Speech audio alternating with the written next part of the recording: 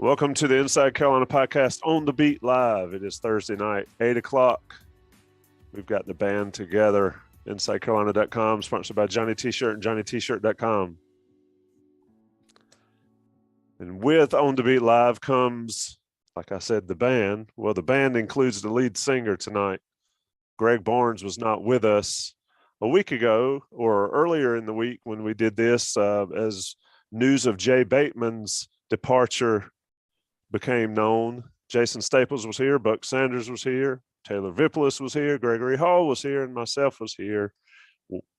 I was here, so we'll go to Greg first. Greg, your overall take on the past week in the Carolina Football Center, in the Keenan Football Center. It's been, it almost seems like we just pressed rewind a little bit. Different head coach, but some of the same players showing back up in Chapel Hill. Yeah, and one thing to kind of get things underway is because of the potential of scheme changes with Gene Chizik, I expect there to be some movement in the transfer portal. And so we have breaking news. Just got confirmation that freshman, I guess he was outside linebacker, defensive end, Travion Stevenson has entered the transfer portal. So that's yet another one. Carolina's got to be getting close to 20 guys that have left the program this year with eligibility remaining. So I suspect there'll be more of that to come. That happens when you have coaching changes. But to answer your question, Tommy, yeah, I mean, this has been a fascinating couple of years because, when Matt comes back, you get all the good vibes from the first Mack Brown era. And I think we were all excited about that. And everybody around the program, all the boosters were excited because this is a guy they knew and loved, and he did so many good things for the program. Dre Bly comes back, Tommy Thigpen comes back. There's a lot of familiar names. And now a couple years down the road, all of a sudden, here comes Gene Chizik back. Here comes Charlton Warren back. So a lot of the guys that we've worked with before are back, and a lot of them saying a lot of the same things. And obviously, that's a good thing because what happened when Gene and Charlton were here the first time was good. But yeah, really the only difference between the press conference with Gene Chizik today and the one we had with him 7 years ago was today we were on Zoom, and 7 years ago we were sitting on the fifth floor of the Keenan Football Center talking to him. I was not on the roundtable earlier this week. And I know Jason caught some flack. We can dive into that if you want.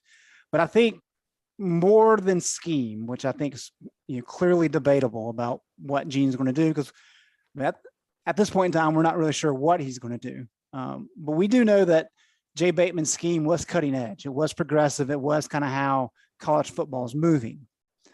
But there is more to coaching than just scheme. And I think what Gene Chizik will bring is accountability. He's a guy that has won a national title as a head coach. He's won a national title as Mack Brown's defensive coordinator. He commands respect. And so if there are any players on this team who are full of themselves, or there are any assistant coaches who think they can disagree and get away with it with the defensive coordinator, Gene will hold them accountable. And I think that's needed right now. And so that's one of the big things. And we can dive into that with Taylor about what Gene did 7 years ago. But there was a complete turnaround in that locker room when Gene first returned. I don't know that we need to see anything quite that drastic this time, but certainly there were some things that were not going well on the defensive side of the ball, both with the coaches and with the players. That has to be corrected. There's way too much talent on this defense for the defense to be as bad as they were last year. There's just no question about it. And I suspect the defense will make significant strides, but there's a lot of work to be done before we get to that point. Yeah, interesting on the breaking news. You're right. Just the nature of the beast.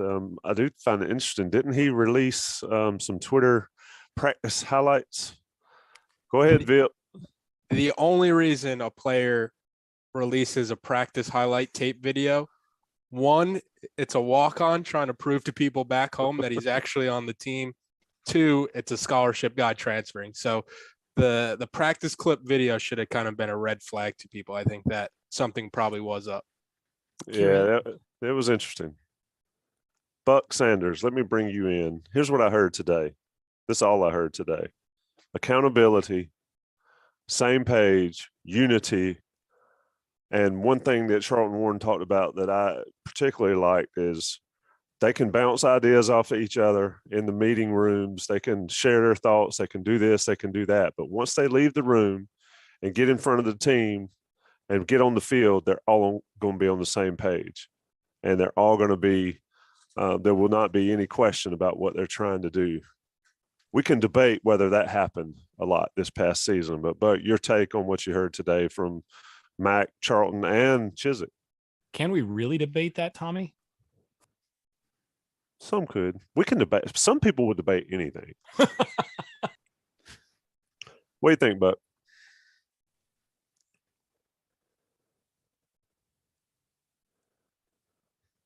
Buck, you're still on mute. You're muted, El Jefe. Okay. There you go. I stayed muted about 55 of the last 60 minutes when we did the last podcast. So I didn't know if I was going to get to talk this week or not. So, Touche. in any event, what Greg was talking about, I think, is maybe the most important point, is that, you know, Mack Brown comes with a certain amount of gravitas because he's won a national championship and one of the winningest active coaches currently. But Chizik has his own gravitas. And I just cannot see a situation where anybody, whether it's another coach or somebody just in the Keenan Football Center, there's somebody peripheral to the program or a consultant, analyst, or anybody telling Chizik that, you know, maybe you should have think about this, you know, before you decide. I mean, he's going to be the man in charge, and he might listen. I'd certainly probably listen to different ideas that people have, different suggestions and so on and so forth. But there's just not going to be any doubt as to who's in charge. You know, as Tommy also said, when they leave that meeting room, nobody's going to be saying, well, does this guy really know what he's talking about? Or maybe we're not going into this game with the right game plan. So I think maybe the biggest part of this could be unity and consensual unity. But that's where I would leave that. That is I don't know if we've ever used that word on this podcast before, but I like it. And Consensual unity. Consensual unity. Yes, that is as opposed to involuntary. You could call that a Buckism. Absolutely.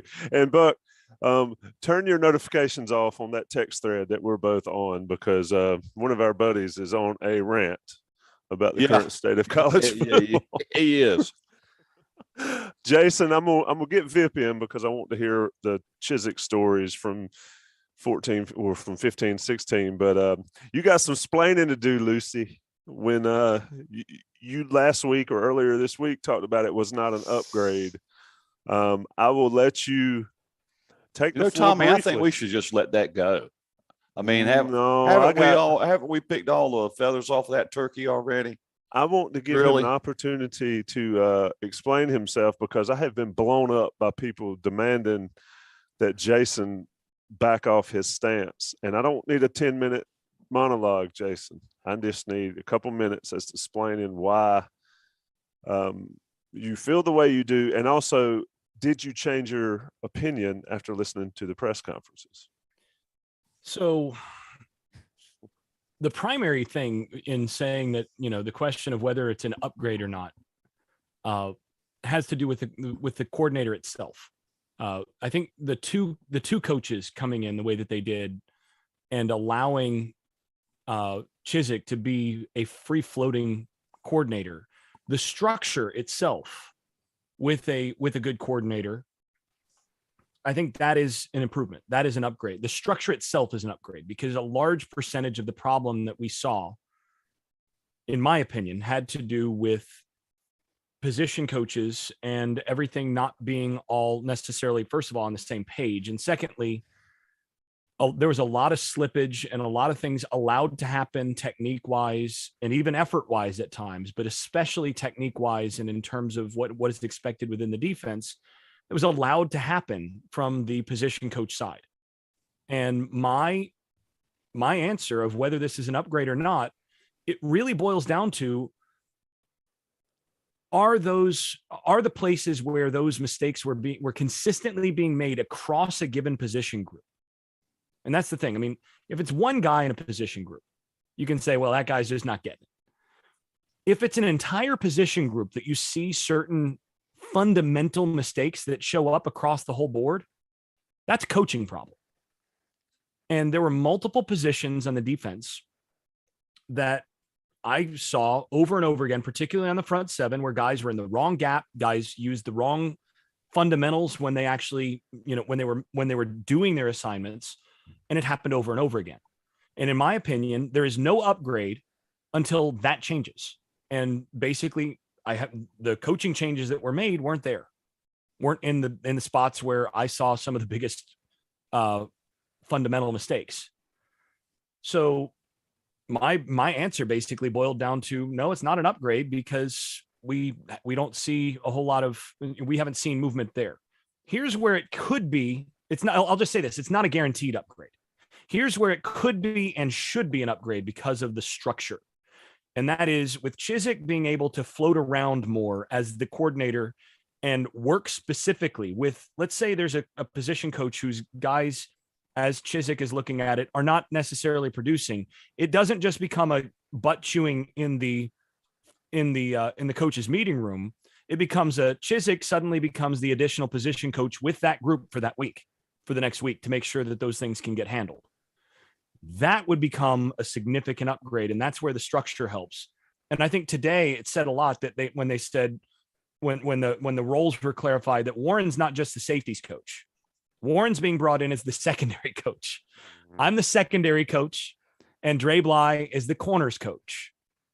And we're all going to have the whole group in the same meeting room, and Warren is going to be coaching all of them. And then when they get out on the field, some of the technique stuff and all of that, Bly will be coaching under the auspices of Warren. These are the sorts of things that needed to happen structurally. And ultimately, if that stuff, and that's where some of the stuff that was discussed in the interview gave me some encouragement that there may be reason to think that this will be a significant step forward in terms of improving some of the technique stuff and some of the coaching stuff on that side. The final thing was, I know how it ended with Chizik in the last regime, and that he was not putting in a ton of hours. And I mentioned that before.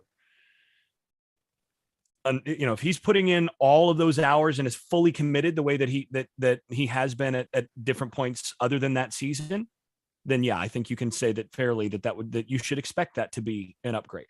But without that, and I'm told he's buying a house in Chapel Hill this time and all of these things, that makes a difference. That changes, that some of those details change my answer to some degree, even though the basis for it remains.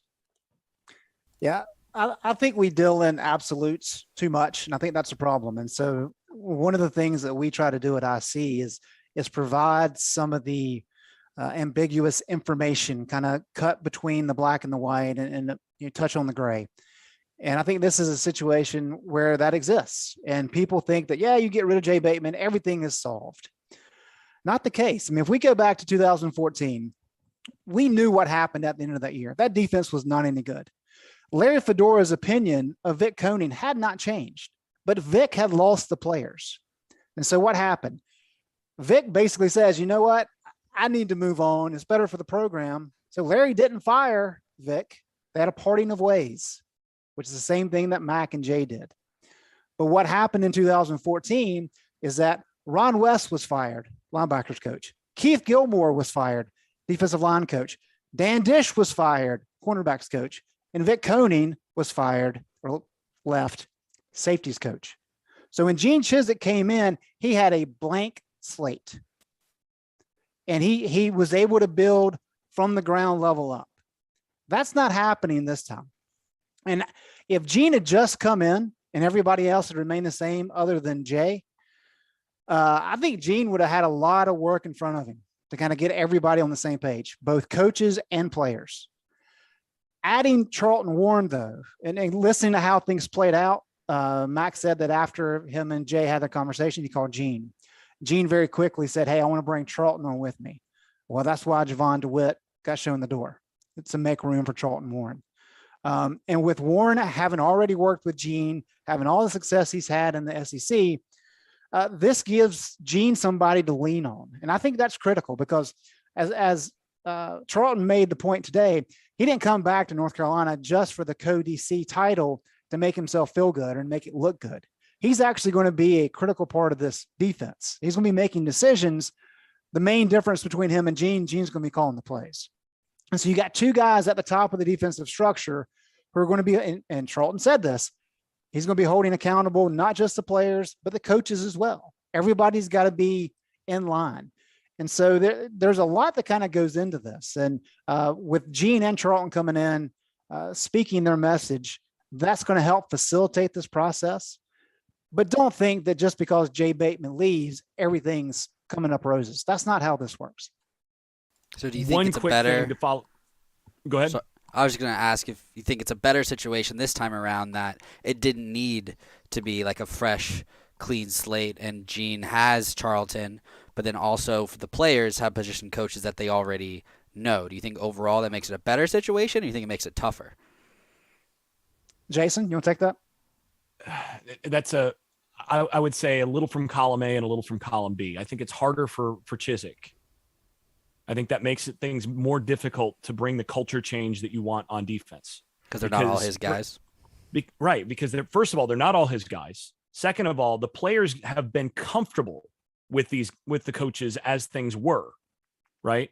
And part of what they need to do is stimulate a significant amount of discomfort among the players in order to change the culture, which is, Vip, I'm looking forward to hearing some of your stories about some of the discomfort that was introduced when those changes went down, because that's the only way that you get better. But quickly following up on Greg, I think actually the fact that Warren is going to have a say here is really helpful, is good, because he's been in the fire very recently. And at a place like Indiana, he actually used a hybrid 3-4-4-3 front, which would really work well with Carolina's personnel, with what they've recruited to. And that also goes to one of my concerns that I mentioned in our day after, is personnel wise, they've recruited to an odd front for the last 3 years. And now if you just shift to, the even front that Chizik has used pretty much his whole career, it's going to be some interesting fits. But if they do what Warren did up front at Indiana, which is basically an even front, but with a little bit of a hybrid on one end, who's a stand-up end, and you do some additional things with that guy, that actually adds some versatility to the defense against some of the spread looks. It makes me a little more comfortable as well. So just one last thing there. Vip, you were there when Chizik round one came through.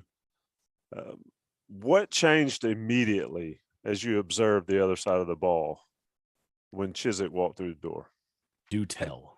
I think the biggest thing right away that was a noticeable change is like people are sitting up straighter in the meetings. People are a lot more focused in the meetings, where it's like Shaq kind of described it on our podcast. Like they knew they were a bad defense, and all of a sudden their ticket to getting out of being a bad defense walked through that door, when just like 4 or 5 years before he walked into our Keenan Football Center, we were watching him on TV winning a national championship with Cam Newton. So it was kind of like it was like an eye-opening experience, where we were looking around like saying like this same team that just got destroyed by a Rutgers team in a bowl game, this coach who leaves a job at ESPN, the cushy job at Bristol or wherever he's based out of, that same coach wants to get back in the grind of college football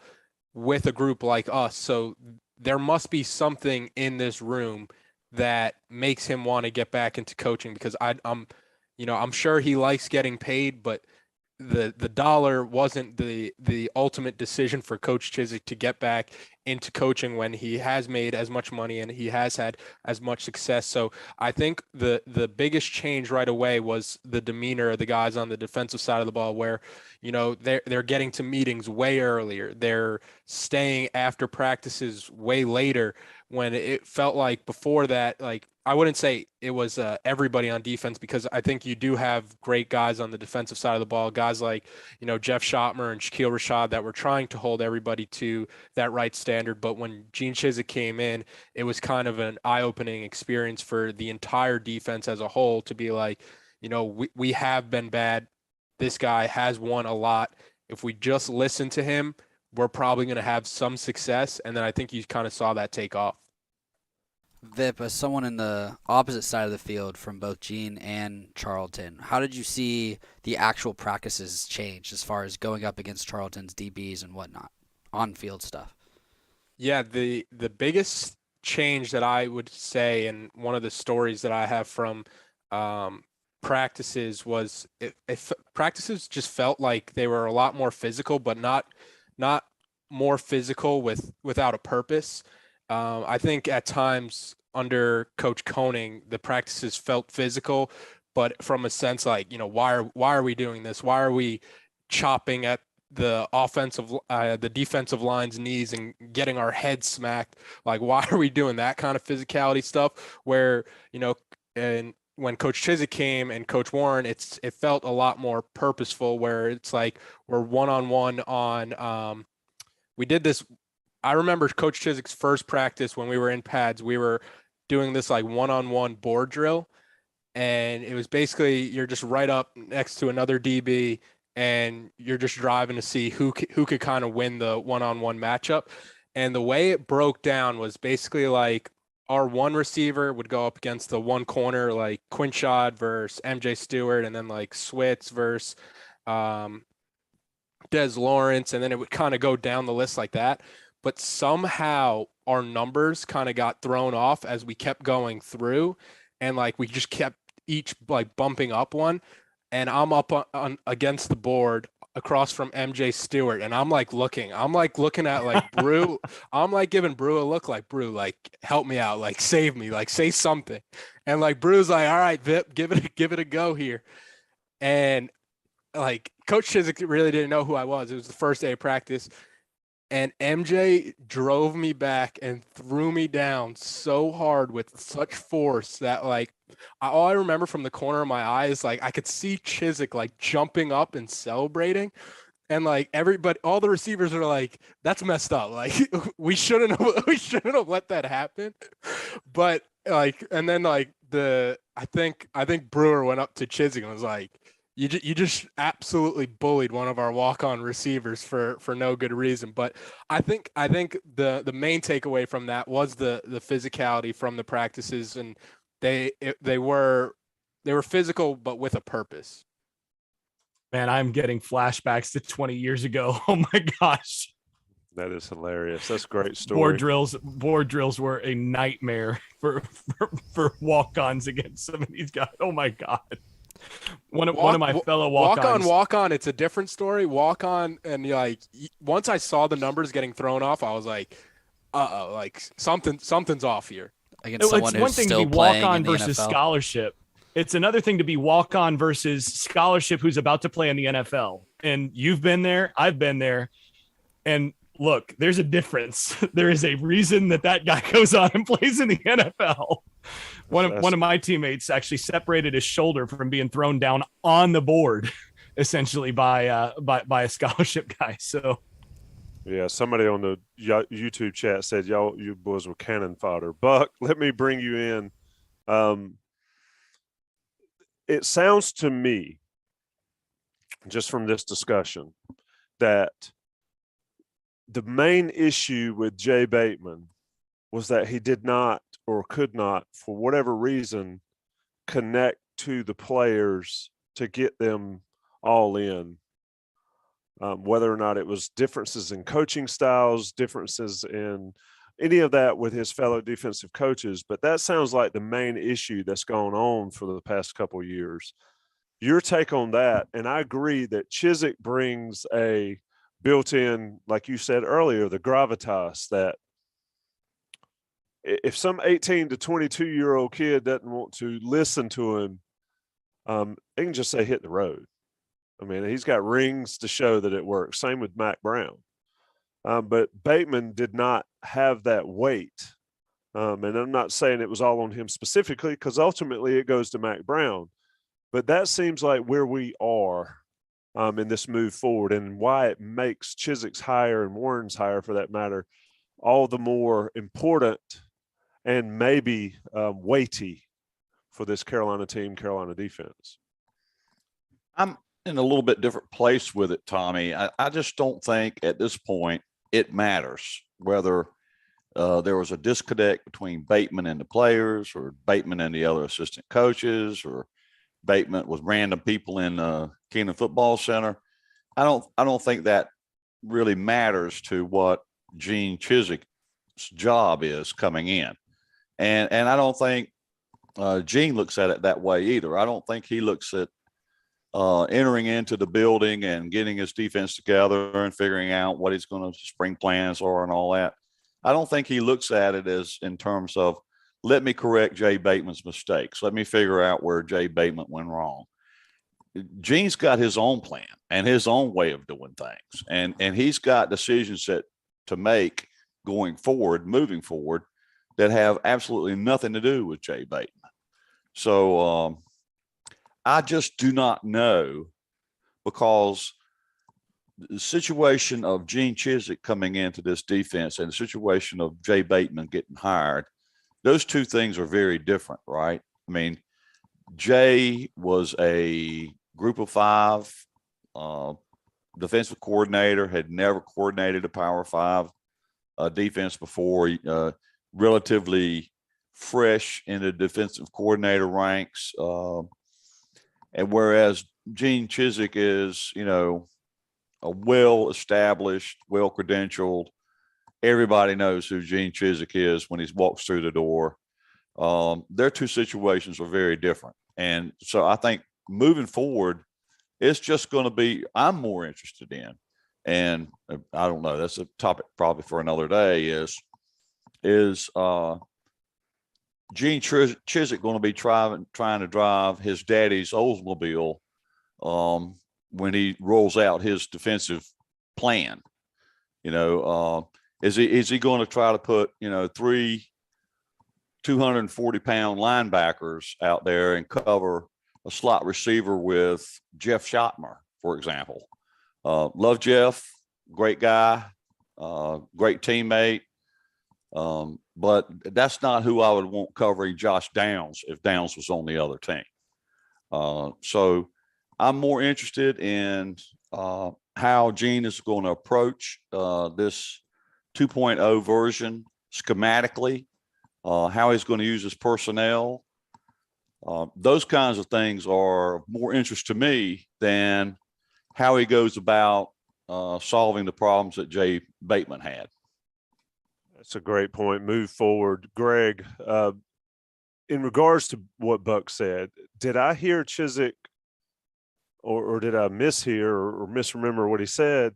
When it sounded to me like he said in year 3, had he stayed the first time around, there were going to be some schematic changes in year 3. But either way, your thoughts on his ability to adapt his beliefs and his core beliefs about defense with the college football 2022.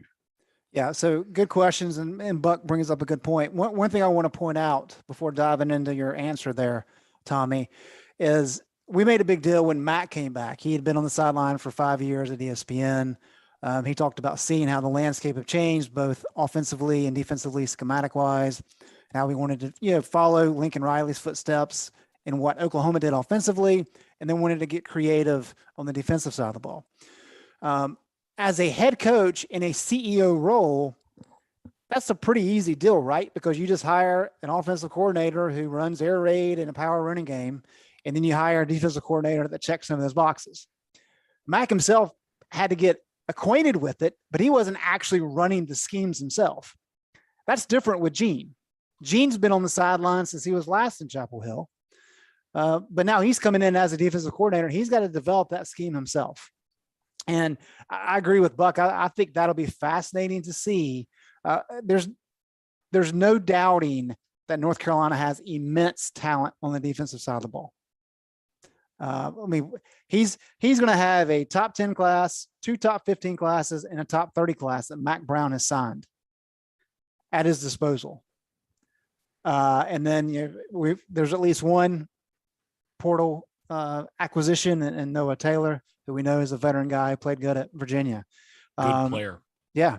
So a lot of options for Gene. And so how does he change things? And that'll be what's so fascinating about spring ball. And so I think that's a great point by Buck. The other dynamic of this in terms of Gene changing things, people need to remember when Gene came in, as we talked about earlier, I mean, the defensive side of the ball was in disarray, and Vic Honing had a unique style that he was running, trying to get ahead of the spread offensive schemes. Fedora really liked it because Fedora thought that what Vic was doing with basically 2 hybrid players on the field at defensive end and also kind of in the rover position, that made it challenging for his spread schemes. And that's why he wanted Vic as defensive coordinator. Well, when things went south, Gene came in, and of course he changed the scheme, but Gene it seemed as though Gene planned on being in town for a while, and then things ended up working out where he was not able to be so. And why I say that is because Gene laid out, and then John Papuchis confirmed it later, that first year they were going very, very base. They weren't doing much of anything that was fancy. And it worked throughout the course of the season until they started playing better teams like Clemson and Baylor, and they just had no counters. But what happens after that, they added another layer to the defense. And so 2016, they were a little bit more advanced. The plan was in the third year to add everything in and to beef up that scheme. And JP talked about that quite a bit.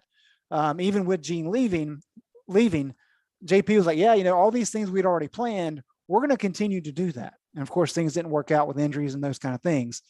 So I think more than anything, that's probably what he was getting at. Not so much like a full scale schematic change, just adding some more things and being able to be more diverse in fronts and those kind of things. Does he carry that forward 5 years out of the game? Or does he start doing some of the things that Georgia does, who also did some things that Georgia does, Jason? Jay Bateman. And this is actually one of the benefits of Bateman is that this group has had some of the things that he was wanting to add in before. He should not have to start this group, especially talent-wise. You mentioned they're getting all of these guys as sophomores and juniors now. They've actually got talent. You can actually run more than cover 2 or Tampa 2 every 80% of the game now with that group. So they should be at least a year ahead on that. Right. And as Jason laid out earlier, with Charlton actually having coached recently and being the defensive coordinator in the Big Ten last year, he's already played with some of these schematic changes. And so I think that will help Gene evolve his defense even more away from what the Butch Davis era, that crowd wanted to do, right? You run a 4-3. You're so good up front, as Butch used to say, you could do whatever you want to do in the back. It doesn't matter because your front four is so good. We're kind of past those days a little bit. But I think Charlton Warren will really help Gene in kind of mapping out the best way forward. And some of that's terminology, by the way. Some of that is just having the terminology for certain ways of teaching it or coaching it for, maybe a position drops here, or you've got certain things. Some of that helps there. And Warren's already going to have had that built onto the framework that he had coached with Chizik already to do that. So this is native stuff in there. So that's where the Warren hire, like you said, is super important. I was just going to say, for those that don't follow Auburn football as closely as some on this chat might, Gene's 4 recruiting classes when he was at Auburn from 2009 to 2012 were 23rd, 6th, 5th, and 11th. So pretty comparable to what he's getting right now. What a bum.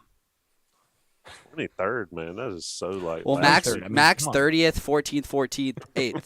And yes, one of those guys in those recruiting classes was Cam Newton, who would have probably gotten his team to the top 5 on almost any team in the country. But still, maybe that's the only point I had. Maybe the best college quarterback of all time for one season. So how about this? Gene Chizik won 2 titles and his quarterbacks were Vince Young and Cam Newton. Yeah. Woo. And now either Drake May or Jacoby Criswell. There you go. There you go. Well, maybe he's just a magnet for good quarterback play. You know, I see that bit. That is quite interesting. Who are your quarterbacks? Just some dude named Vince Young, some dude named Cam Newton. They were all right. let me ask a question, and I'll start with Vip.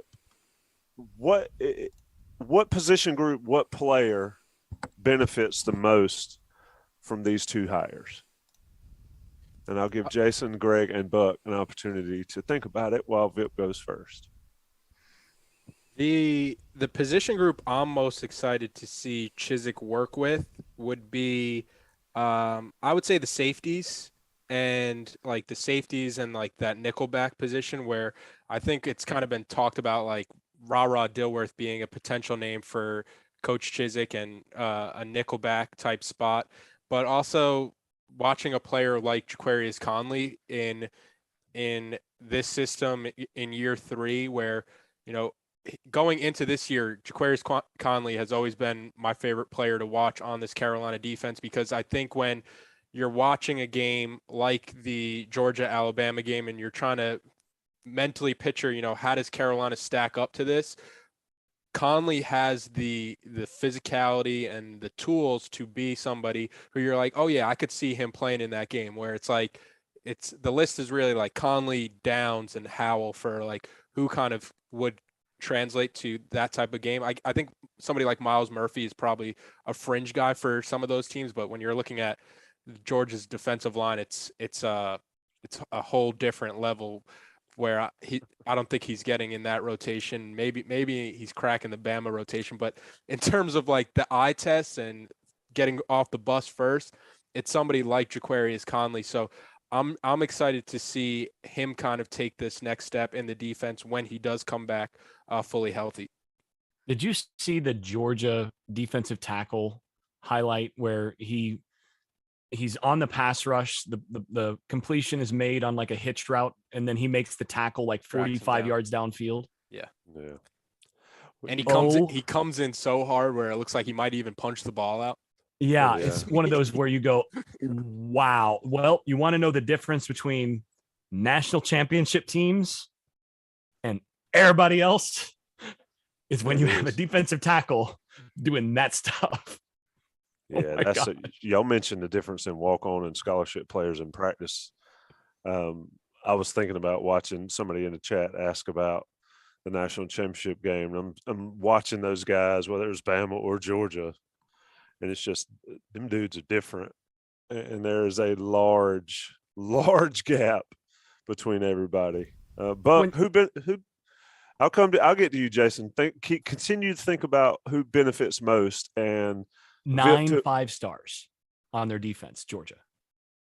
Jordan Davis was like 3 of them himself. Well, he was a 3-star, so they've got 9 5-stars, and Jordan Davis, and he's from 2 hours from Chapel Hill. Buck, who benefits the most on this defensive side? Just to be different from Taylor, I'm going to go with a D line.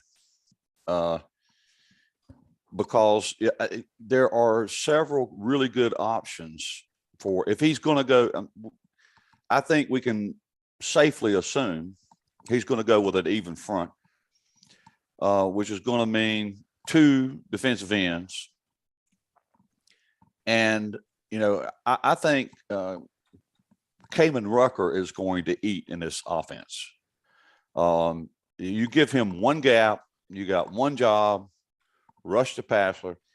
I think one thing that probably not everybody thinks about, and I'm just going on what coaches talk about, is the splits from an outside linebacker to the quarterback, the lateral distance on the line from the outside linebacker coming in on the quarterback is a step or so further than the defensive end.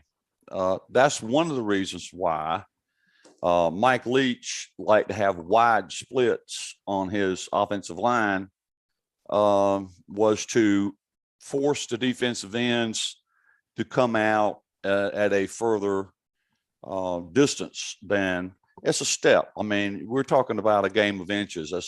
But that's just one of the things that gets talked about by coaches. But anyway, Kamen Rucker, it's time for Des Evans to show something on the other side. You're telling me. So, I mean, did he have a sack last year? No. Did not. Well, he embarrassed you based on your prediction earlier on in the season, didn't he, Gregory? He had the same as Gregory, actually. Yeah. He had as many tackles as Wanda. And I'm 5'8", 175 pounds. Yeah, but didn't you predict like something like crazy, like Double 10 plus. digits. I predicted 10. Double digits. Yeah. Double digits.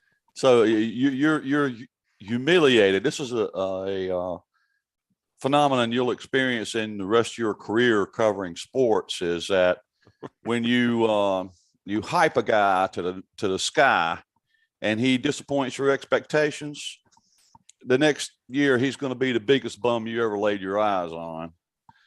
You're going to take it out on him because your expectations were too high. So you can put that in your back pocket. Just 9 off Tamon Fox. There you go. You only owe me $150 or something, Gregory. Interior wise on the defensive line, how much better can he have it?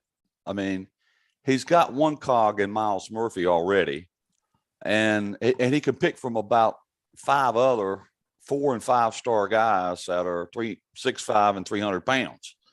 I mean, he's going to have some depth and some size on the interior of that line. And the one thing that's he did not have the last time he was in Chapel Hill was that kind of defensive line. And he particularly did not have a player like Miles Murphy. Miles Murphy had 4 sacks and 9 tackles for loss last year from a interior defensive line position. He was like 2nd or 3rd on the team in those categories. He can push the interior of the line from the defensive tackle spot better than anybody that Chizik had last time he was in Chapel Hill, for sure. And there's some other guys there that can eat. Javari Ritzie. Let's see what Keyshawn Silver can do. How about Kendrick Bigney Jones? Several of those guys. Travis Shaw. He's going to have a lot to pick from on that defensive line. And, guys like Rucker, he's just got one gap to worry about. He's not a 2-gap player anymore. All he's got to do is rush the passer. So I think that's the area where there's the most talent on this defensive roster, and the place where the most progress could be made in a single year on the team. Yeah, we Buck, saw you what completely read my mind, by the way. My answers were the D-line, Kamen Rucker, and Javari Ritzie. So good. I'll skip you then, Gregory. Since you gave your quick responses, the defensive line is where I believe that the most change needs to be made, simply because watch the national championship games and see how important having dudes that can make plays on the defensive line matter. Greg, I'm going to make Jason wait a little longer. Give me somebody on this defense that will benefit the most from Charlton Warren and Gene Chizik's arrival. You can't call out the defensive line. You can't take Taylor's either. So we're narrowing the pool here. You got Taylor like 3 had guys to choose from. I feel like What is that, Tommy? You got to give him a choice. Okay, you got to blow up the strategy. You leave him. Oh, I got to pick the cornerbacks now. Right. I'm going with the cornerbacks. Hey, you get first in line. You can pick whoever you want. So, okay, I'll say cornerbacks is I've got to pick somebody. I think Warren coming in and having an influence and really aiding Dre Bly will be beneficial. And I like the idea of really getting the cornerbacks and the safeties and the nickels all on the same page, all in the same position group room, like Warren talked about. But then when you get out on the practice field, Block and can work on individual technique with the players. I think that's going to be very beneficial for Tony Grimes, for Storm Duck, for some of the younger guys. DeAndre Boykins, I think, is a guy that can probably play multiple positions, including cornerback. But I do want to touch on the DL linebacker situation. And it kind of goes hand in hand with what Buck and Taylor both talked about, is if Gene goes more to an even front, goes more to kind of a 4-3 design, what you have is you have very few players at linebacker who have actually played. Ra and Power did not play much at all. Eugene Asante has left the program. Jeremiah Gemmel is graduating and moving on. So you really have Cedric Gray at linebacker. And then if you look at kind of the defensive front, as Buck said, there's a lot of people to choose from. The problem is there's a ton of people to choose from, which is great for Gene. It's not great for the players, because there's a lot of guys like Chris Collins. Where does he play? If you're setting up a situation where, Javari Ritzie, for example, I think he'll move out to defensive end. He's like an ideal defensive end with his quickness. Well, he had been inside.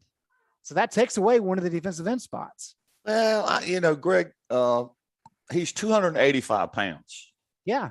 If he has a ham sandwich before spring practice next year, he's going to be 3 bills, and putting him on the defensive line, and maybe that'll work because he is very athletic, but you're pushing the envelope there in terms of size for a defensive end. Greg beat me to it, though. I was going to say the same thing. I think Ritzie's probably going to play outside. But he is such a athletic freak. I think he can handle that weight and play on the edge, especially when you're talking about guys like Bingley Jones. Certainly is going to be a tackle. Hester's a tackle. Jaleel Taylor's a tackle. Travis Shaw clearly is a tackle. Murphy's a tackle. There's a lot of bodies there. And then if we're talking about moving Des Evans to defensive end, which I think would be a good thing for him. I mean, what do you do with Ethan West, right? What do you do with Chris Collins? Rucker, yeah, you can put him at defensive end. But I think what really happens in saying all that is because you don't have much experienced talent at linebacker. You got Noah Taylor now. He'll probably play defensive end, although he could play linebacker. But that just screams to create kind of a hybrid role at nickel that you can use. And Jacarius Conley's perfect for that. Ra is perfect for that. So I really think if they scheme this around personnel, those are two guys, like Taylor said, who can really thrive because there's a unique position that's a necessity for this team next year, in my opinion. With DeWitt gone, is it just Thig, linebackers, cross, defensive line? Yes. Cool. Yeah. One guy that nobody mentioned in the secondary safety position is Giovanni Biggers. Arguably played better than any safety we had last year. That may have been because Conley was hurt, but he definitely was more productive overall and graded out higher on PFF than any of the rest of the safeties did. So, yeah, there's a potential there for North Carolina, if they wanted to go to a 3 safety situation where you have a middle safety on the field. At times, I don't see it as a base package, but something that they can work in as a sub package. It just depends on how wild and crazy Gene Chizik wants to get, but I don't see Gene Chizik as a wild and crazy guy. So we're just going to have to wait and see how spring practice unfolds before we can say too much, and how much of that is going to actually be on display for the public is an open question. So here's the thing, to Buck's point right there. Gene has had an incredible amount of success in his career as a defensive coordinator. Does he just blow all that up just because the trends in the college game are shifting? There's not many coaches who just scrap everything that they've done and have had a lot of success with just to kind of be current. So I expect some changes, but I think Buck's exactly right that Gene's going to do what he does, and he may make some changes, but I don't think they'll be dramatic. That's pretty much what he said today, right? About when he was asked about his last 5 years and everything he was watching and whatnot. Like, he took in the changes, but he's still going to, like, his base is the foundation of his defense is still going to be what he knows and is comfortable with. And then he's going to listen to everyone else, especially what he's done. What I thought was the most interesting from his press conference today was when he was talking about his off seasons when there wasn't any football on. And he was basically still clinicking with people on the offensive and defensive side, just kind of working towards a return at some point. So I talked about leaving his foundations and then adding in elements that have changed over time, which might just be some plays, but not necessarily his base defense. I think you adapt, but you go out to pasture. So I think he's going to change, but not too much. Like Buck said, Jason, we pretty much covered everybody who will benefit from their response or from Chizik and Warren's arrival. Toss out some names maybe we hadn't heard on that, but also why wouldn't, and this is a structural thing, why wouldn't the defensive backfield all be in the same room? Why wouldn't the defensive line all be in the same room? It just seems like it makes too much sense for me for that to be the case, where it has not been the case for Carolina for the last 3 years. Yeah, it's usually not the case at most programs. One reason is because you get more individual attention when you're in one room with a smaller position group. And the thing is, when you're coaching what defensive tackles have to do versus what defensive ends have to do, the defensive tackle, it helps to know in some sense what he's got to do, but that's time lost that is focused on what you're having to do out here as opposed to in here. And that guy who's working in here all the time he's not getting that attention. Here's, how you're supposed to fill this. Here's how you're supposed to call this from the linebacker spot. Well, that doesn't cohere with other position groups. So usually you're going over, players are not coaches, right? Players by and large don't have to know, like as a wide receiver, I don't have to know what the running back's job is, right? When I learn the play, I don't learn like, okay, pass 44 takeoff. Well, I've got to take off. I know that. That's the part that I need to know. I need to know that, I line up here, I'm on the line and I run a takeoff and here's my rules for that and all that. And that's what we're going to focus on. But the running back has to know pass 44 means, sprint draw, play action or whatever. Right. And so that's communicating something completely different. And so you take those guys and put them in different rooms for when you're covering those things and when you're covering the technique specific to it. And that's the main reason why. I do think that for certain positions, scheme wise, it makes sense to put them together in the film room when you're not doing as much technique stuff or when there's some carryover that can help in terms of communication. So especially corners and safeties and that sort of thing, I think it helps to have all those guys in the room together. It helps to have two coaches in there because those guys tend to, clown around a little bit more than some of the other position groups. But that's why. Now, one thing I do want to clarify is the defensive ends, that's just a name change. Outside linebackers in Jay Bateman's defense are defensive ends, right? That it's not like they had like, oh, wow, you're going to get a position change for Des Lawrence. He's now going to go from an outside linebacker to a defensive end. It's literally the same position that he's playing. He's the defensive end. It's just they changed the name of it in the defense. So, the question is whether you're going to move a guy like Lawrence, say, to the big end in a given scheme or keep him at a rush end, which is a little closer to the responsibilities that he had. But, that's something to keep in mind is, especially when they were in even fronts, which is about 40% of the time or so, maybe a little more than that under Bateman. They were in even stuff a lot. Those guys were defensive ends, just flat out. That's what they were. Now Ritzy, you mentioned, he's going to be a pretty big end if he's moved to end. Don't forget guys like Quentin Couples. Quentin Couples was pretty successful at 290 pounds on the defensive line, right? Those guys can really make a difference. If you can get a 290 pound guy who can actually do stuff at the end and not be a liability quickness wise, that's a big advantage. So I agree though. I mean, I agree with Buck that the first place my mind went was defensive line and specifically the edge guys, because I think they're going to turn them loose a little bit more in terms of when you do more one gap, and I think they will, I don't think it's going to be all the time 4 guys with their hand in the dirt. I think you're going to see a hybrid guy on this defense. And that gets to your question, Greg. What do you do with a guy like Chris Collins? I think they're going to have a rush end where Chris Collins, some of those sort of tweener defensive end types are going to line up, and those guys are going to be in that kind of stand-up rush end kind of position in a typical odd or in a typical even front. That's what Warren did at IU. And it fits perfectly well into everything else that Chizik does. And in terms of personnel, it would make sense for them to do a lot of that. So I think those guys, and in particular the defensive tackles, are going to have more opportunity to make some plays coming up the field, because they're going to be one gapping more consistently than what they were. But one thing that hasn't been mentioned, and Greg, you mentioned the linebackers are not having played a whole lot. I will say this: Bateman's scheme was in general not that complex overall, in the grand scheme of things, and coverages and all that. I mean, they didn't call complex stuff because they really didn't feel like they could. But they were calling a lot of rip liz, things like that. That's standard stuff.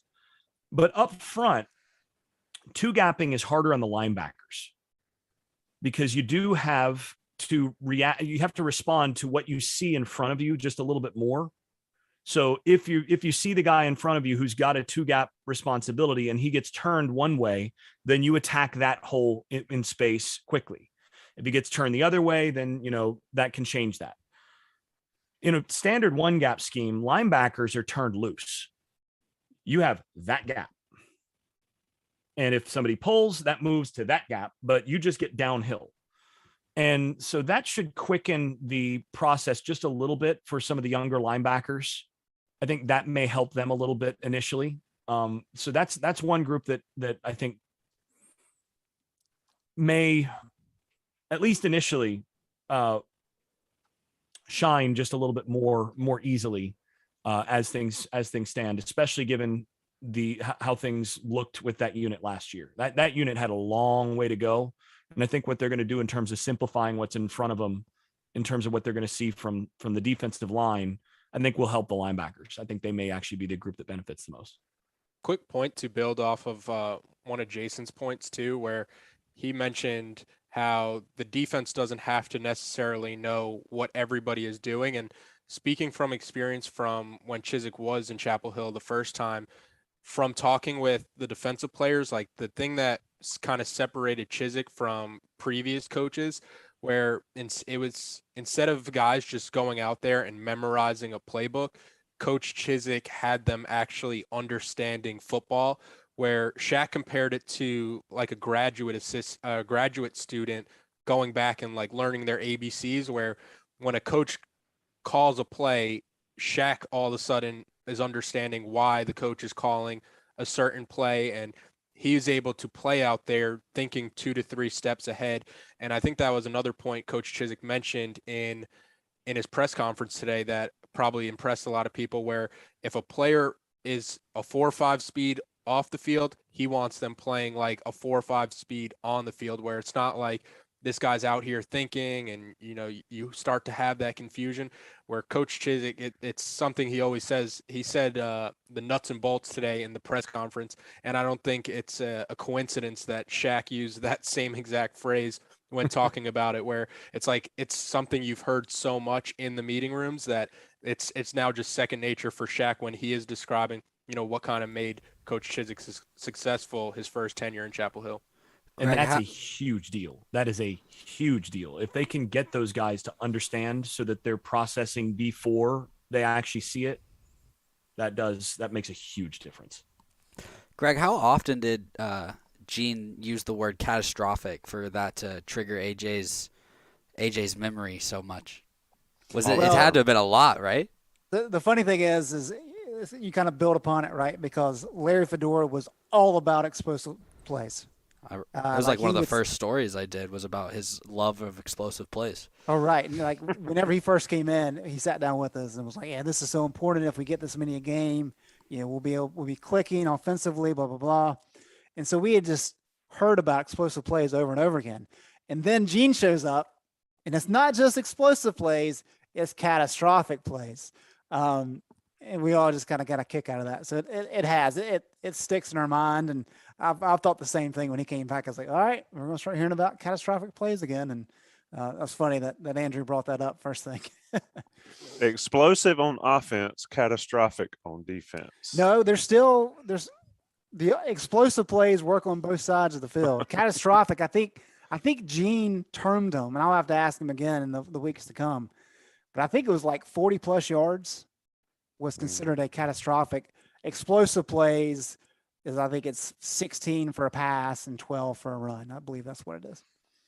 Interesting take. We will talk a lot more about Gene Chizik, Charlton Warren's return to Chapel Hill as we get closer to spring ball. It's going to be interesting. A couple things I'll be watching: transfer portal in and out, and how the scheme or approach changes as spring comes around. I'm going to take a short break, talk about Johnny T-Shirt, johnnytshirt.com. They are great friends of Inside Carolina and great friends of you, the subscriber. You need to be a premium subscriber. You get 10% off your order. Even on non-holidays, you can get your Inside Carolina gear, or you can get your Johnny T-Shirt gear. They support us all through the year. We need to support them all through the year, either on Franklin Street or online. Take care of them. Let national guys pay the bills. We'll be right back with On the Beat Live. It's about 9 o'clock Eastern. We've got a little offense to talk about. We're not done yet. We'll be right back after the break. All right, boys, we're back. It's On the Beat Live, InsideCarolina.com, JohnnyT-Shirt.com, Gregory Hall, manning the wheels, Taylor Vippolis, Jason Staples, Greg Barnes, and, of course, El Jefe, Buck Sanders. Buck, one thing that was surprising to me, and I want to get your thoughts, is the offensive staff stayed intact, at least currently, unless anybody decides to leave on their own free will and volition. Were you surprised by that, and why or why not? I would think the answer to that question is yes, I'm a little surprised. I would think there would have been at least one change. And I think everybody that in this panel and everybody listening at home would be able to guess who that one change would be that I might be in favor of.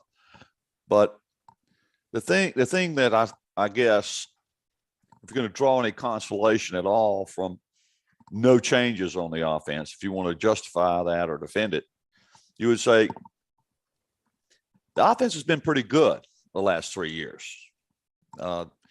Record setting, for example, in 2019 and most of 2020. I think it took a step back this year for good reasons that had nothing to do with or little to do with the position coach that everybody has in mind, which is offensive line coach. The losses that they had from 20 to 21 had to do in the wide receivers room and the running back room, and North Carolina felt it in both places. They didn't have that that guy who can truck defenders like Javonte Williams. Nobody was making any business decisions too often, against North Carolina this past year, where they routinely did when they were deciding whether to try to tackle Javonte Williams or not. The wide receiver room, I don't think I have to spell it out too much. They had Josh Downs and not a lot more.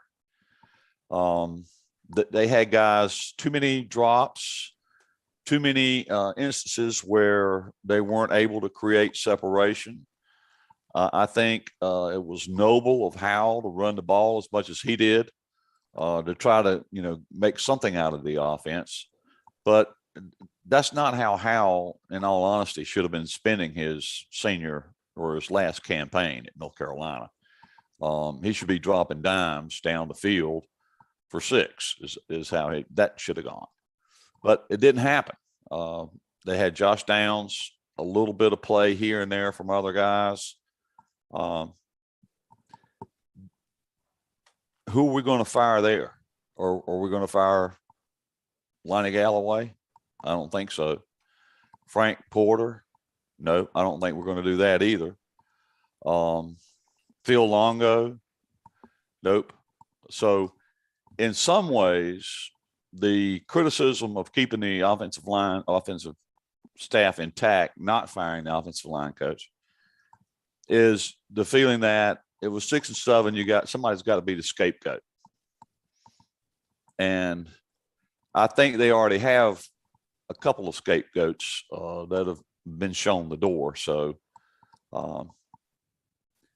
make of that what you will. I think it's probably true that maybe that Stacey Searles has got 1 year left in him at North Carolina if he doesn't produce better on the offensive line this year. That's where I'd leave that. Tommy, I would just add that I don't know that any changes would have been made if it was left up to Mack wholly on either side of the ball. Just because I think let's go. I just think he likes the guys that he has. And I think there's some blemishes there, but he had faith in all of them. And clearly there are things that have to be corrected. Mack knows that for sure. But he brought these guys in because he trusts them, and they're his guys. And I just think, I think he has faith in Stacey. They go back a long ways, and it's going to take more than just a bad year. And granted, we could talk about what happened last year and whether or not Javonte and Michael Carter covered up a lot of the blemishes, as well as Diami. But I just think Mack felt comfortable, and there'll be some things done this spring that's geared to helping continuity and making sure everybody's on the same page on the offensive staff. Same thing will take place on the defensive side. But Mack has his guys, and he's going to ride with them. Greg, when speaking about that, I mean, let's be honest. You had another 1,000-yard back. You had a 1,000-yard receiver. My question, and I've seen it on the message board, is we talked about how many yards Carolina averaged rushing the football and the success they had. And somebody brought up the fact that how many of those rushing yards were because Sam Howell running for his life and got 850 or whatever he ended up with. I mean, and I know Jason's been outspoken, and Mike Ingersoll as well, frankly, on the issues across the offensive line that did not directly address the success that Carolina's rushing game had, but the issues, the deeper issues in technique and those things. Is that what Mack really relied on here? Is that, hey, we were ranked whatever in offense. We had 1,000-yard back and all these positives. I mean, what was the mindset there, do you think? Or was it as simple as, like you just said, he likes what he has, he trusts them, and he wants to ride with them? I think that's a big part of it. I mean, he has shown a willingness to make moves if he deems them necessary. But for the most part, I mean, Scott Boone's really about the only guy he fired, right? I mean, Javon DeWitt was let go because they needed to make space for Charlton Warren. But everybody else pretty much departed on their own, if you want to put it that way. So, he likes what he's got. There's not a lot of pressure there for him to make moves. And you can make a case like he did today. I mean, as Buck said, the offense has been good. And we can talk about, the reason that the running game was so good is because Sam scrambled so well. Okay, sure. But we're also looking at it from a team-specific angle, right? I mean, if you go to Florida State, Jason kind of give us a rundown of why their stats maybe look better than what they actually were. Or we can go to any other school around the country, and there's always going to be buts or maybes involved.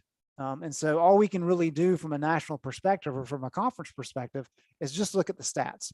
And if we're just looking at the stats, Carolina's had a lot of success. Now, they haven't been very good in the red zone. They haven't been very good in third down conversion, especially this year. Phil Longo, that's something he's got to address.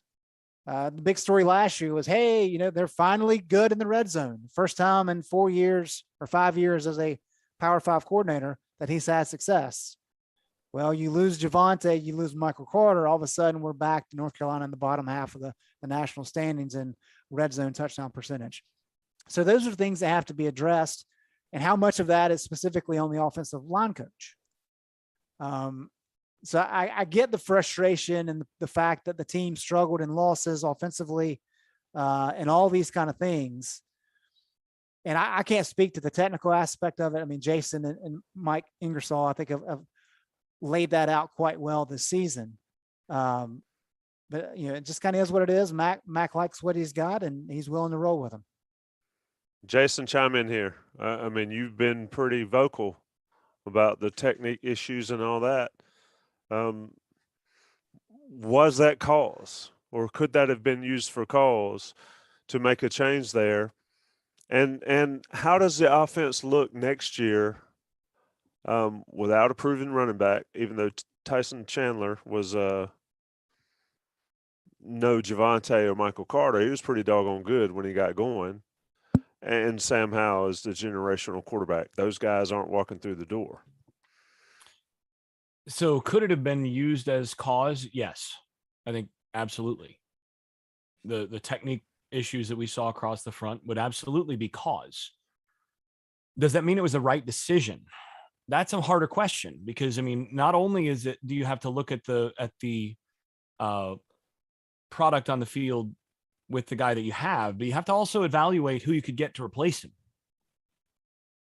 And that's something a lot of people don't consider. And actually, interesting thing right now, Greg, you mentioned at Florida State. Florida State's going through a similar thing with their wide receivers coach, who's, you know, a guy I've known, you know, he helped me learn how to play receiver when he was an outgoing player and I was an incoming player years ago. So, I mean, go a long way back. But, you know, there's been some dissatisfaction with his receiving group, and in particular with recruiting. He's not landed some recruits. You know, he's come up short a lot. And there's some feeling that they need to upgrade that position. But and they tried to, by the way, they tried to actually hire Jawan Sider as the running backs coach and then move their running backs coach to wide receiver, because their running backs coach has been a receivers coach before. And they felt like that would be an upgrade. Well, Sider turned him down. Well, here's the problem. They're not going to fire Ron Dugans and let him go if they can't replace him with somebody better. So you're always, you know, kind of evaluating on your coaching staff. Is this the best guy? It's not necessarily, is this the best guy at this position? Is this the best guy that I can get at this institution this year? So that's something that you have to consider also. The other thing that none of us have really seen adequately enough to be able to make this kind of decision is, I don't know what the younger guys look like technique wise. It's entirely possible that Stacey Searles has been coaching offensive line a long, long time, right? It's not like he doesn't know offensive line technique. He does. It's entirely possible, though, that with a couple of the older guys on the offensive line, that they just stopped listening, that they like, look, I'm going to be starting and, you know, I'm going to do things my way. Maybe. And if they didn't have the guys who are ready and you know, both talented and developed enough to take their jobs, well, that's that. It's entirely possible that next year we see some rising, you know, redshirt sophomores and juniors and so on that suddenly come in and you're like, oh, wow, yeah, that's the technique we all wanted. So that's something that Matt gets to see in practice every day that we don't. So, you know, yeah, I think if this next year you see a bunch of fundamental problems on the offensive line, they're unable to do the basic level things that you expect an offensive line to do, then at that point, you really have to make some very hard decisions there. But it's entirely possible that that's not what we see with a younger group, with guys that maybe have been listening harder, that have been hungrier, that, you know, who knows? So this does become a bit of a wait and see year for me on that at that position. I want to see what things look like in the spring, what little we're going to be able to see. But that's kind of where I fall in on it. And I kind of understand why those decisions might get made where in the ways that fans don't expect. One other thing I would throw in here, Tommy, if I could, is Mack Brown is also a coach who believes in making ultimatums. He did that with Carl Torbush back in the day. After the 94 Sun Bowl, I think, was it Priest Holmes ran for about 560 yards in the fourth quarter. Mack went to Carl Torbush and said, look, you've got to come up with a more aggressive, more focused defense. You got to do better, or you're going to be you're going to have to find another job next year. We know that occurred. We heard it at the time when it did happen. And Mack, I think, actually wrote about it somewhere when he was asked about it, and confirmed that, yeah, that's what happened. I told Carl that, his defense had to get better, or he was going to be looking for another job the following year. Now, does that make anybody feel better about the situation that North Carolina finds itself on the offensive line? And had it been somebody besides Mack Brown, somebody a little bit more quick on the trigger, Searles might be looking for a job this year. And I'm not saying that would have been the wrong move to make. I mean, we've got to be honest about it. I mean, you can make the case that the same group of starters basically for 3 years didn't improve over 3 years, and they should. So I get the frustration. I get the people saying, this is a no-brainer. He should have done it. He should have pulled the trigger. I get it. I get your frustration. And I think there are people here that are frustrated as well. So we'll see how it all shakes out this coming year. That's at this point all we could do. I agree. Realistic Carolina fans think 2023. Wow, we've been saying that for a long time at the Tar Pit and InsideCarolina.com. No, I think somebody on the chat said that this year is the year that we find out what the offensive line is made of, and Searles is on the clock, and we'll see what happens. Football, that's a wrap. We'll do plenty more Inside Carolina Live on Saturday at 10 a.m. WCHL streaming. Gregory Hall and I will be manning the studio as Joey Powell is taking the family on vacation. Hopefully have some of these guys join, but and some special guests on that show. We'll talk more about Charlton Warren, Gene Chizik, and their arrival in Chapel Hill. But gentlemen, I am going to do a couple things. One, I'm going to transition at 9:21 Eastern time to basketball.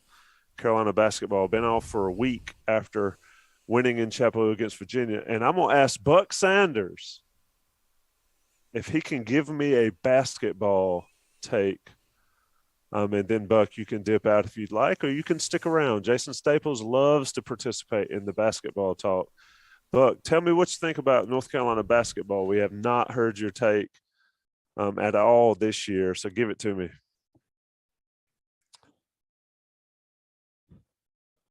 Gregory, you're muting everybody, and it's messing us up. My bad. You're doing great, Gregory. Hang in there, buddy. I love the fact that they beat Virginia. And I don't think we've talked enough about the fact that North Carolina basketball had lost 7 straight to Virginia before that last win.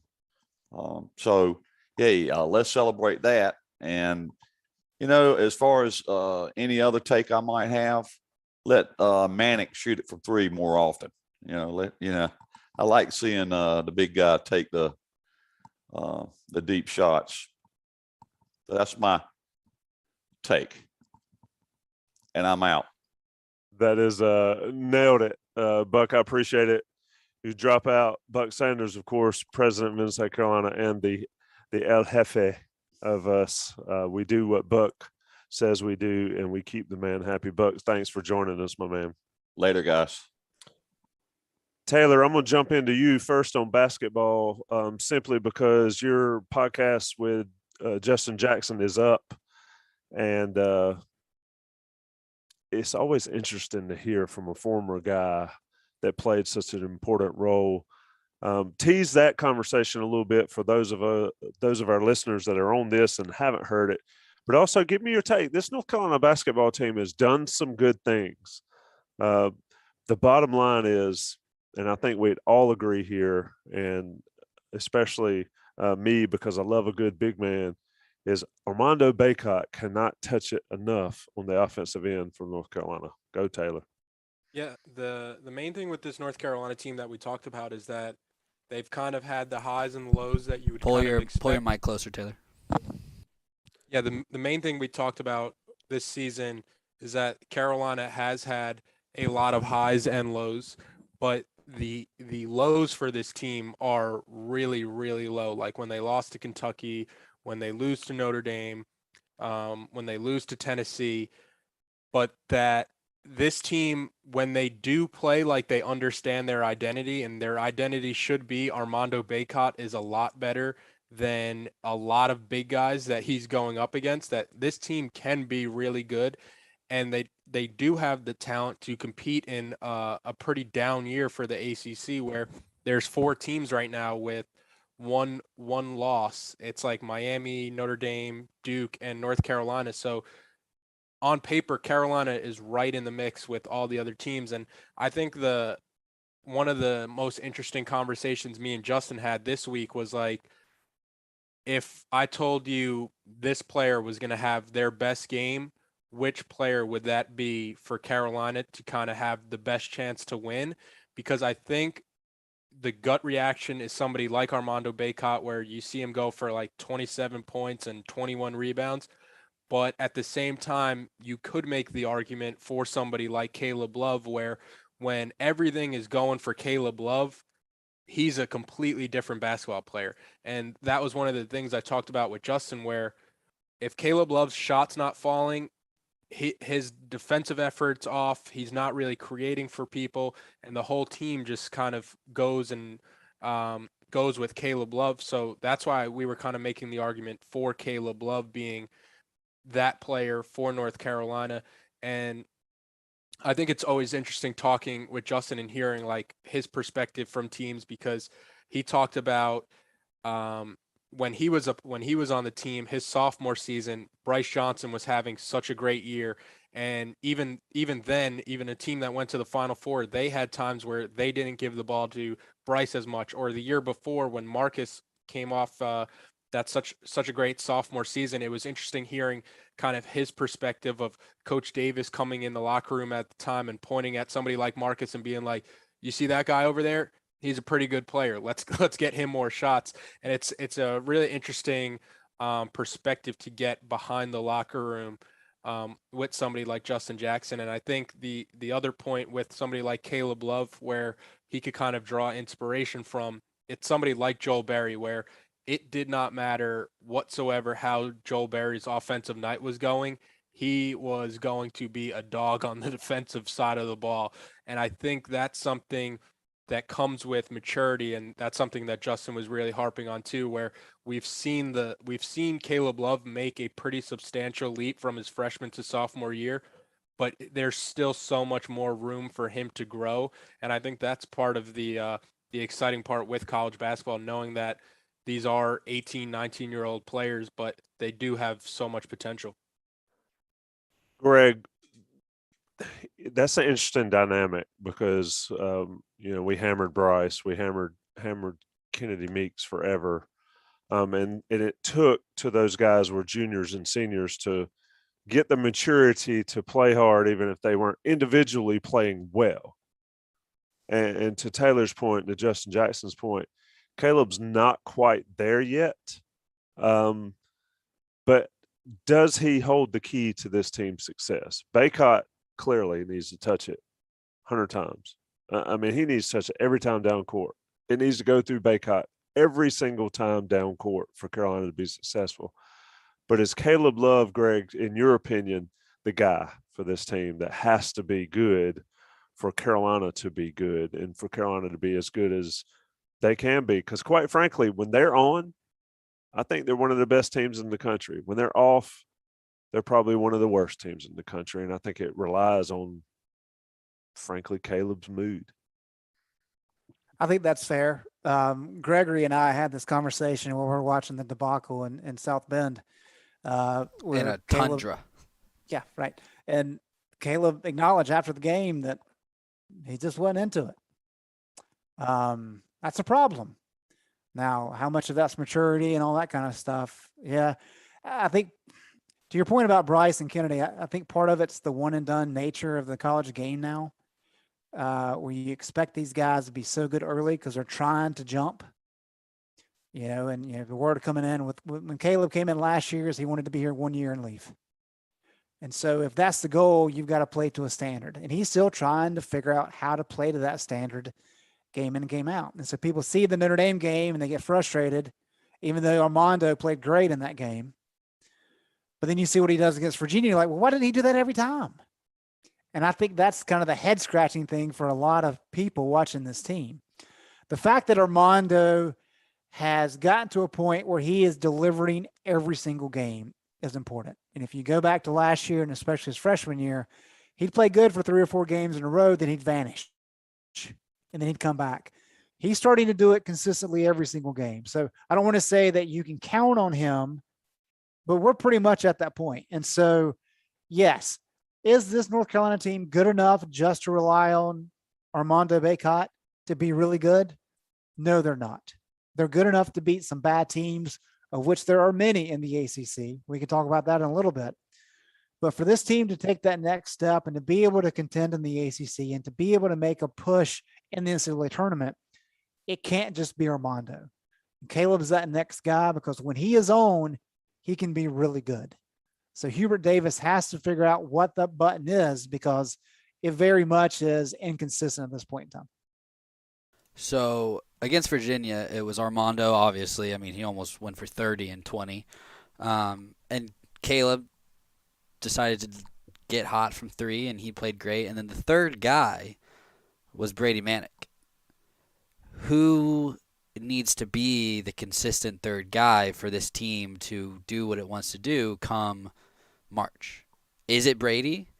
Is it Dawson? Can he recover from his concussion and be consistent enough? Is it RJ? Right? Who needs to be that third guy that doesn't need to give him 20 like Brady did, but that just needs to be consistently there?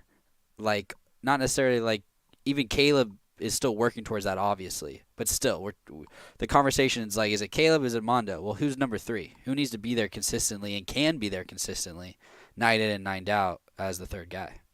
Does it need to be one person? Well, there you go. That's a good answer. It needs to be a third Can it work person. like that, though?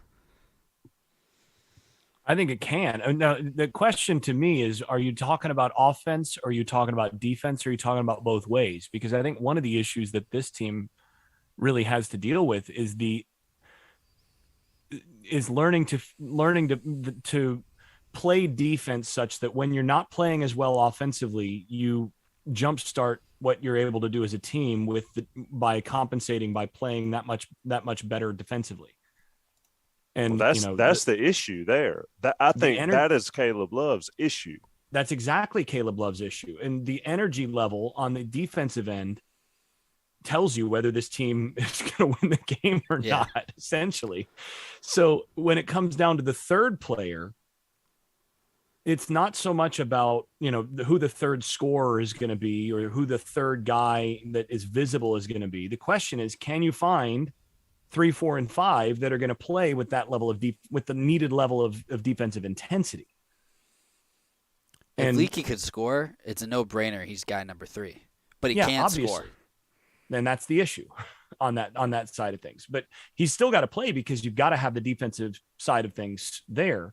But they need a fourth and a fifth guy consistently to be there with that level of defensive attention. And Caleb Love needs to be 100% bought in, even when he's not playing well offensively, to be a stopper defensively. And if they do that, like you said, Tommy, that's the issue. If they do that, then suddenly they become a team that nobody wants to play in March if they can get there. So based on that, it's Dawson then, because I think he possesses the highest ceiling on both ends of the floor to be a third guy. Does he? But does he have the same issue as Caleb has when he's not going well offensively? And R.J. Davis did nothing against Virginia, if I remember correctly. That's not true. I don't think he had 4 assists, 0 turnovers. He had no points. That's my point. He did nothing offensively as far as scoring, but he still contributed. Gotcha. How did he play on the defensive end? Kihei Clark didn't do much. And Kihei Clark's killed Carolina these last 7 times they played. Vip, is it Dawson Garcia? Is it? I just think whoever it – first of all, to Jason's point, they all 5 got to be committed on the defensive end, because if they're not, it doesn't work. Then you end up getting Baycott in foul trouble because somebody didn't keep a guy in front. Who relies on their offense to play well on defense? I think Caleb definitely. Is Dawson Garcia in that bunch? Vip, to your opinion, in your opinion, or is it where are we as far as what Carolina needs to happen on one end that positively affects the other end? Yeah, that third person, I would agree with Jason, where it's almost by committee at this point, where if Love is on and Baycott is on, that's probably 40 plus points you're looking at right there.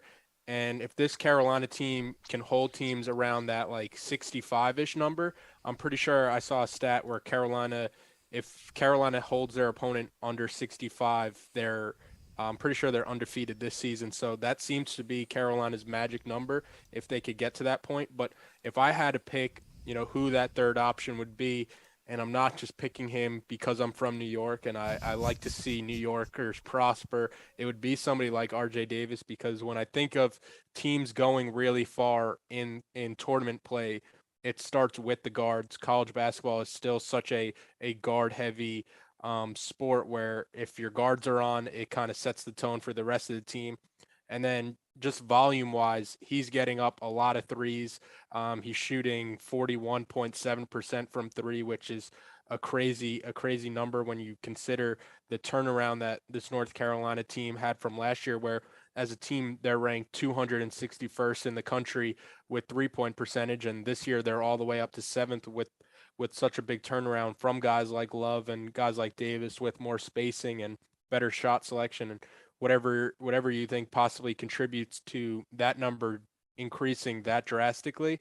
But I think when Davis is on offensively, it just creates a ton more space for the rest of this team to operate. Guys like Baycott and Garcia in the post, and then you have somebody like Manick able to run pick and pops with somebody like Davis or Love. 8-0 is the stat under 65 compared to 3 and 4 before Greg, you get going. But I think some of this conversation, though, speaks to some of the issues this team has.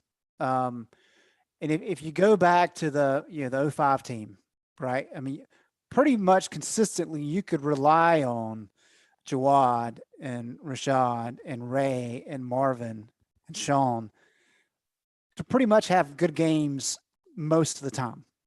Every once in a while, somebody have an off game, but for the most part, you were getting a consistent product from the group. 2009, well, 2008 too, but 8 and 9, all those guys played well most of the time. And if they lost, it was like, what happened? 2012 was kind of that way. 2017 with Justin. I think Justin was the leading scorer on that team. But I mean, just think about the Final Four. Kennedy Meeks won a game for him. Joel Berry won a game for him. Isaiah Hicks played very well for stretches. So they got contributions from a lot of different guys consistently. And while we're talking about Armando Baycott being that consistent presence, we can't really say the same about everybody else.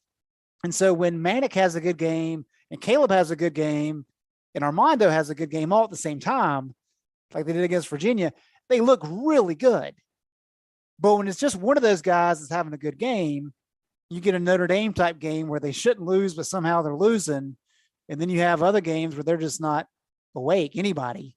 And they get embarrassed by, Kentucky and Tennessee. So I think that speaks to, I don't want to say less talent than maybe what we're accustomed to seeing. But I do think that's part of it, where this is just not the abundance of talent some of the great Carolina teams of recent memory have had. And therefore, it's going to take everybody playing at a more consistent level. And we just haven't seen that quite yet. That's a great point. When you talk about the elite Carolina or the very good to elite Carolina teams, is to your point, Greg, that most every night you're going to get 4 or 5 guys that gave you their best, out of a rotation. And with this Carolina team, if they can get 3.5, 4 guys giving their best, they can beat anybody. But if they get anything less than 2, they're going to get spanked like they have so far. So, Gregory, I'll bring you in. I'll ask you this question. Dawson Garcia's been out. Kerwin Walton's been out. And granted, they've been off this week, which I'm not sure having a week off is a good thing ever during the season. But is Manic a guy that needs to stay in the starting lineup? And we've talked about Kerwin Walton getting in the rhythm. Well, he seemed to get in one briefly. How does Hubert Davis continue to work that? Because what's the schedule in a couple weeks is 5 games in 11 days? Yep, with the added of Virginia Tech. Yeah, so, I mean, these depth issues or these short bench issues are likely going to rear their heads. How are Garcia and Walton added back in and not affect what seemingly good chemistry Carolina developed against Virginia? Yeah, it's tough because I go back to Adrian Atkinson's The Big Five inside the numbers that he did recently, where he was dissecting the advanced metrics of, well, I guess I don't know how advanced it is, pretty simple metric of the plus minus and who's on the floor. And overwhelmingly against all competition and against A tier, B tier, which is kind of how KenPom breaks down opponents. The best 5 efficiently on the floor was RJ, Caleb, Leaky, Brady, and Armando.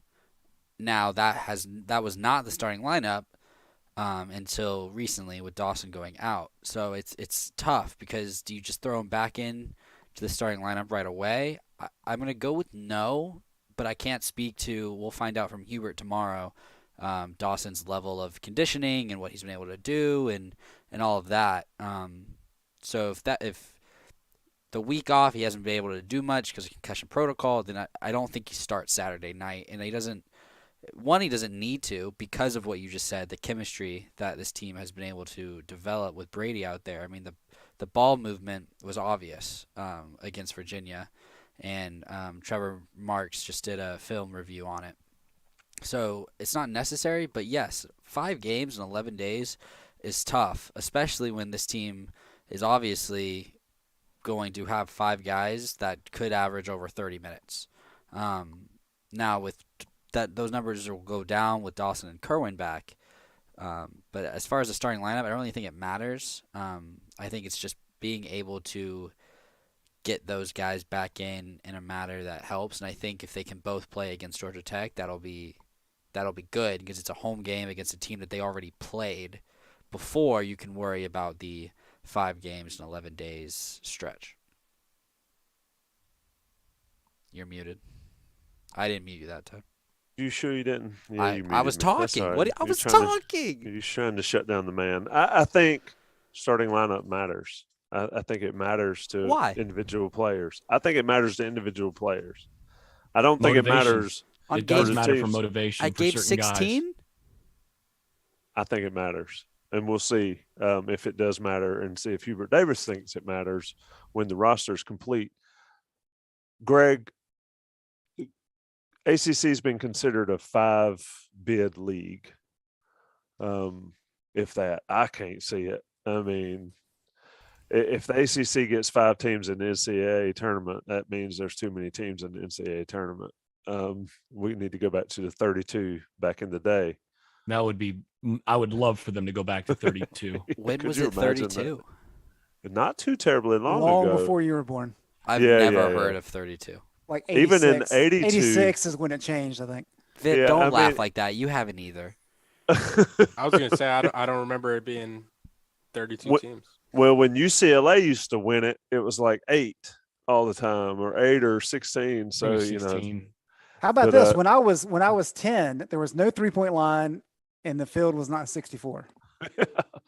Carolina had a bye in the first round in 82. I believe. maybe. I still think going back to 32 would be the way to go. Just make the conference tournaments and conference races all that much more. I agree, but there's too many greenbacks. We're not going there. There's no reverse on this car. It's like Same problem 95% college of football the side. NCAA's income. They're not going to shorten. the Yeah, field. really. They're going to jack it up. But Greg, the point I make is, what does Carolina need to accomplish? Here we are. What is it? January 13th. Halfway through the regular season. Halfway through the regular season, still plenty of ACC season to go. What does Carolina need to accomplish at this point in the season to make the NCAA tournament, given the fact that there are 1, maybe 2, 3 options or opportunities to have a Q1 win going forward? Yeah, a few numbers for you, Tommy. I don't know that this has happened in my lifetime, to be honest. But granted, the net hasn't been around that long, but even dating back with the RPI.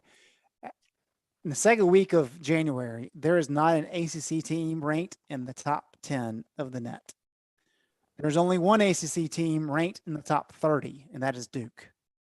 And that's a relevant stat because for a home game to count as a Q1 win, it's got to be against an opponent in the top 30. North Carolina right now is number 32 in the net. It's about where they were last year, and they were an 8 seed in the NCAA tournament.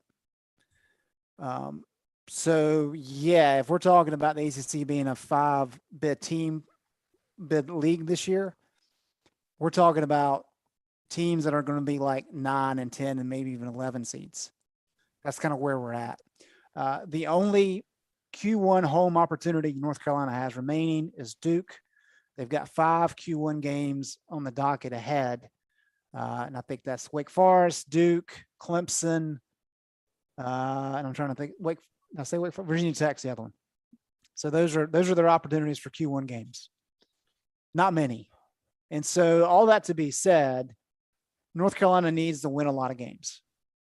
It'd be beneficial if they can beat Duke at least once and maybe still a couple of those Q1 games on the road. But more than anything, they just need to stack wins. I don't know that 12 and 8 is good enough this year. Which is crazy, because used to be if you went 500 in the ACC, you were a lock. You were a lock. Tournament. Yep, absolutely.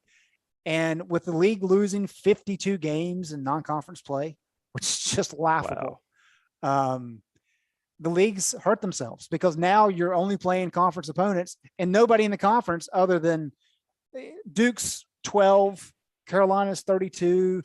Somehow Virginia Tech is 39. They're 0-4 in the league. But those are the only teams ranked in the top 40. So you're playing a bunch of teams that aren't any good.